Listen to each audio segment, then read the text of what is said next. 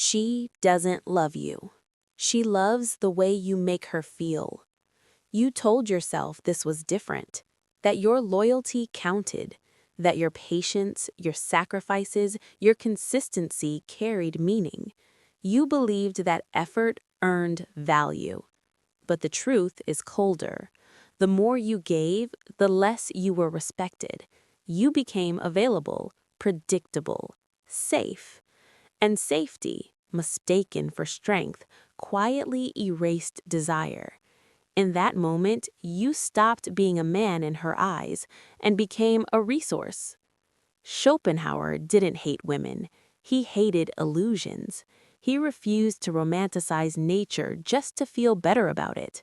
He understood attraction not as poetry, but as strategy. A biological illusion engineered to keep men chasing through beauty, desire, and emotional attachment. The softness in her voice, the slight tilt of her head, the warmth of her touch, even her tears. This isn't manipulation, it's instinct. Nature isn't kind, it isn't fair, and it doesn't care how genuine your intentions are. Once you recognize the pattern, you can never unsee it. The pedestal you placed her on was never real. The love you believed was unconditional was always conditional, always measured, always transactional. That doesn't make her heartless, it makes her human. Men are wired to pursue, protect, and provide. Women are wired to attract, secure, and survive. Ignore this reality, and you surrender your power without realizing it. This isn't bitterness, it's clarity. Because the man who remains blind to female nature will always suffer beneath the illusion of love, and no one prepares you for that. You see her across the room, red lips, soft skin, effortless grace. Your heart accelerates, your thoughts race. Your mind tells you she's special, but that surge isn't fate. It's biology hijacking your nervous system. Schopenhauer didn't glorify desire, he exposed it. To him, beauty wasn't sacred, it was bait. Nature uses beauty the way fishermen use hooks, not for your happiness, but for continuation. That flawless smile, it isn't meant for you. That intoxicating presence, it isn't personal. It's nature moving through her. That ache in your chest, the obsession, the hunger, the urge to sacrifice everything, that isn't romance. It's ancient code firing inside your DNA, commanding you to chase, serve, surrender. What men call love is often desire wearing a mask. You're not drawn to who she is, you're drawn to what she represents: youth, fertility, validation, softness. Her charm feels rare, but it's universal. Her attention feels intimate, but it's conditional. This isn't deception, it's design. Let me tell you about Ethan. Ethan was a good man, kind, loyal, emotionally present. He met a woman who seemed perfect. He listened, he supported, he showed up. Good morning texts, open doors, endless patience. For a while, she bloomed in his presence. Then something shifted. Replies shortened, interest cooled, respect dissolved. The more Ethan gave, the less he mattered. Why? Because Ethan believed attraction was built on kindness. Nature doesn't reward kindness.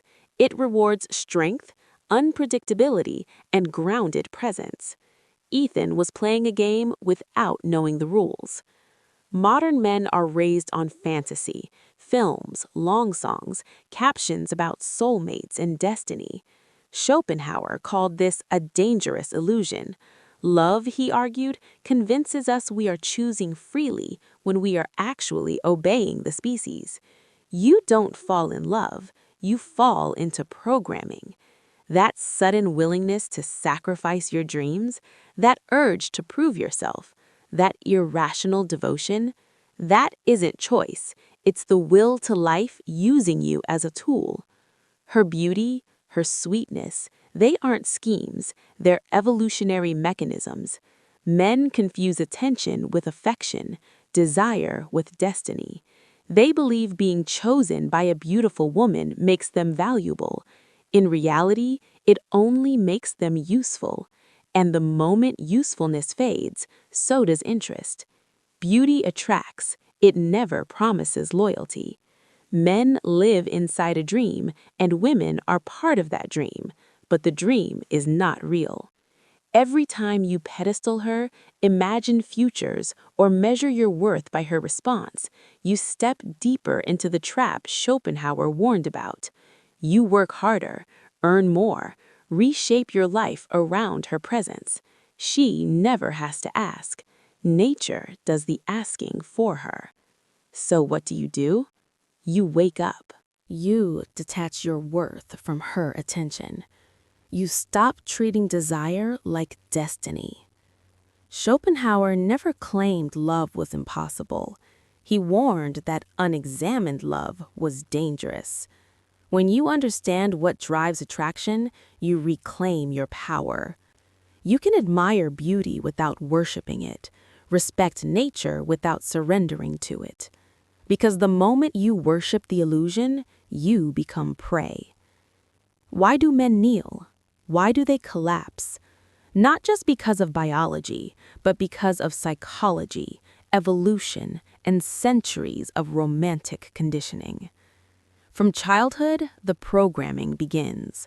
Fairy tales, movies, songs, all repeating the same lie. If you love her enough, you'll be enough. That's idealization. You don't see her, you see a fantasy wearing her face. You project purity, depth, salvation. And men don't question goddesses, they worship them. Psychologists call this projective idealization. You don't love who she is, you love what you need her to be. A cure for loneliness, a refuge from chaos. And once you project a fantasy, clarity dies. Red flags fade. Coldness gets justified. Distance becomes a challenge to endure. Most men would rather bleed than wake up. Evolution shaped men to compete because access to women meant survival. Most men in history never reproduced, so men evolved to chase, impress, and sacrifice. That drive once built civilizations. Now it enslaves men in a world where beauty is endless and meaning is scarce. Add modern romance to the mix, the belief in the one, a woman who completes you, loves unconditionally.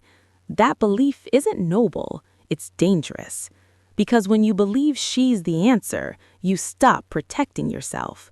You tolerate disrespect, forgive betrayal, erase yourself. That isn't love, that's self-destruction. Culture reinforces it.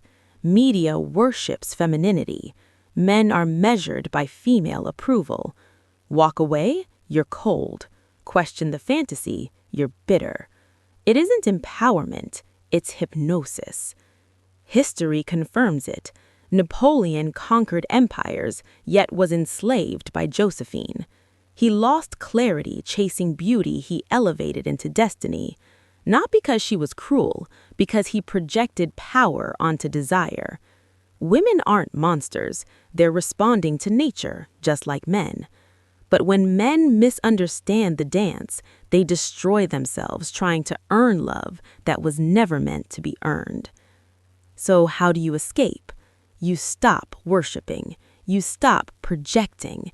You destroy the illusion before it destroys you. You see beauty without bowing, hear words without turning them into scripture.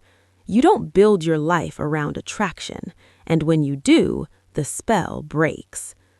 Schopenhauer believed a man becomes fully himself only in solitude, and clarity, brutal clarity, may be the only thing that saves him. Love isn't divine, it's strategic.